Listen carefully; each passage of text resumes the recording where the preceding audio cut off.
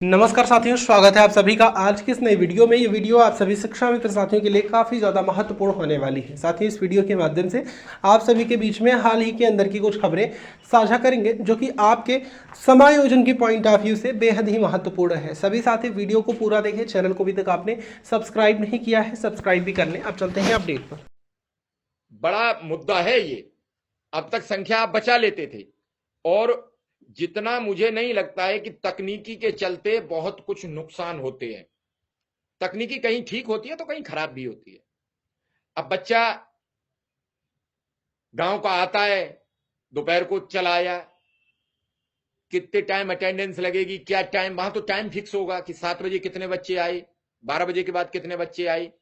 तो ये सब चीजें तब तो चल सकती हैं कि शिक्षा का परिदृश्य बदला जाए, किसी पर भी मानसिक दबाव ना हो। 100 बच्चे, 50 बच्चे, 70 बच्चे, इन सब बात पे आज बच्चों की संख्या को लेकर जो समस्या है वो बड़ी गंभीर समस्या है।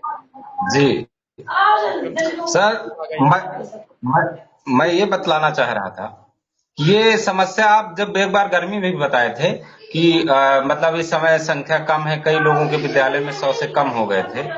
ये जो लैपटॉप है इसकी तो प्रक्रिया 2-3 साल से पता चल रहा था कि मतलब ये लागू होने वाली है, और अभी 9 अक्टूबर के धरने के बाद डीजी महोदय ज्यादा जो है थोड़ा सा सक्रिय हो गए हैं।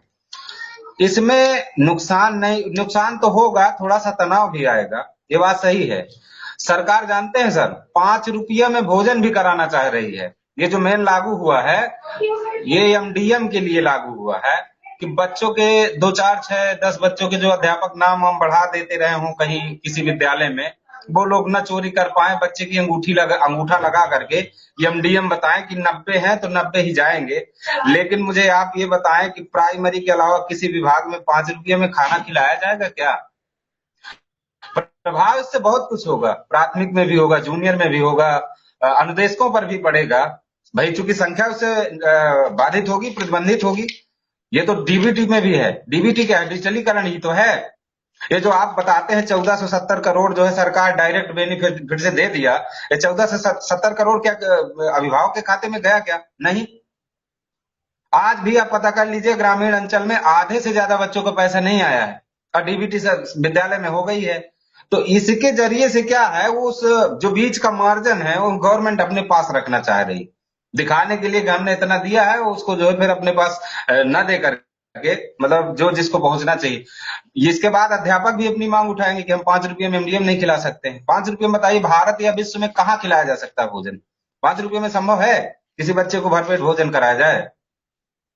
तो अब ऐसी बात आई, इसलिए हम इस बात को रख रहे हैं। अब मुझे लग रहा है इस बात को अध्यापक भी रखेंगे कि 5 रुपये में भोजन खिलाना संभव नहीं।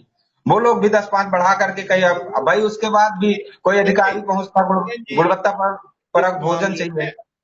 बच्चों की जब संख्या घटे तो पूरा जो स्कूल में स्टाफ है सबको दंड मिलना चाहिए, सिंगल को तो नहीं मिलना चाहिए, एक आदमी को तो नहीं मिलना चाहिए। सहायक अध्यापक को भी दंड मिले, प्रधान अध्यापक को भी मिले, तो सब लोग लगेंगे।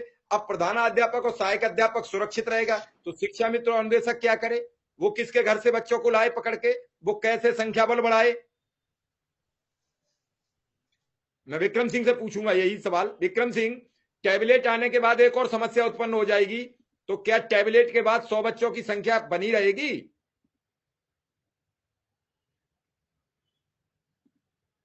विक्रम सिंह, शायद विक्रम सिंह से अभी संपर्क होगा। जी, मैं ये कह रहा था सर, वो है क्या, अध्यापक जितना भी लगेड़ू काम आता है, हमको निरीह प्राणी समझा जाता है, हमको या शिक्षा मित्रों को, तो हमारे ऊपर जबरियां लाद दिया जाता है। अभी विक्रम सर बैठते हैं, आपसे बताते होंगे कि कंपोजिट विद्यालयों में अनुदेशक कक्षा 2-4 पढ़ा रहा है।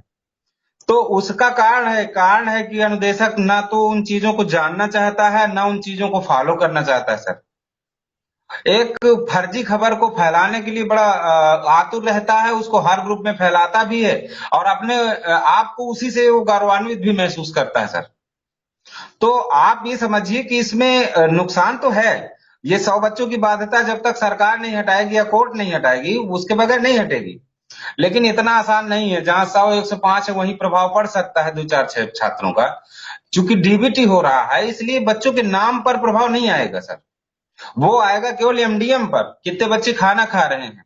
हाँ, वो आएगा अध्यापक या अनुदेशक की उपस्थिति पर। उसमें 1 महीने में 3 बार शायद छूट है कि अगर आप आधा घंटे 1 घंटे बाद पहुंचते हैं तो आपकी हाजिरी लग सकती है, और 3 बार के बाद अलाउ नहीं, 3 बार के बाद।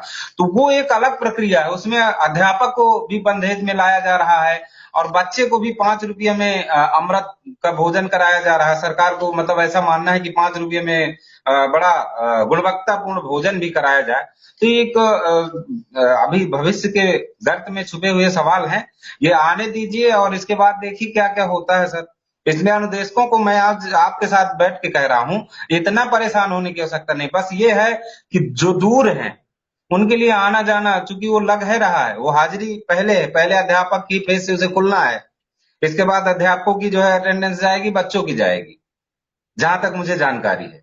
तो आप अनुदेशक बिल्कुल ना परेशान हो, जो है भाई जो दूर है तो उसके लिए थोड़ा सा एक मनोवैज्ञानिक दबाव है, लेकिन वो मुझे पता है कि वो कर्मठ है, पहुंच जाएंगे। उनसे ज्यादा दिक्कत है 80,000 वाले लोगों को।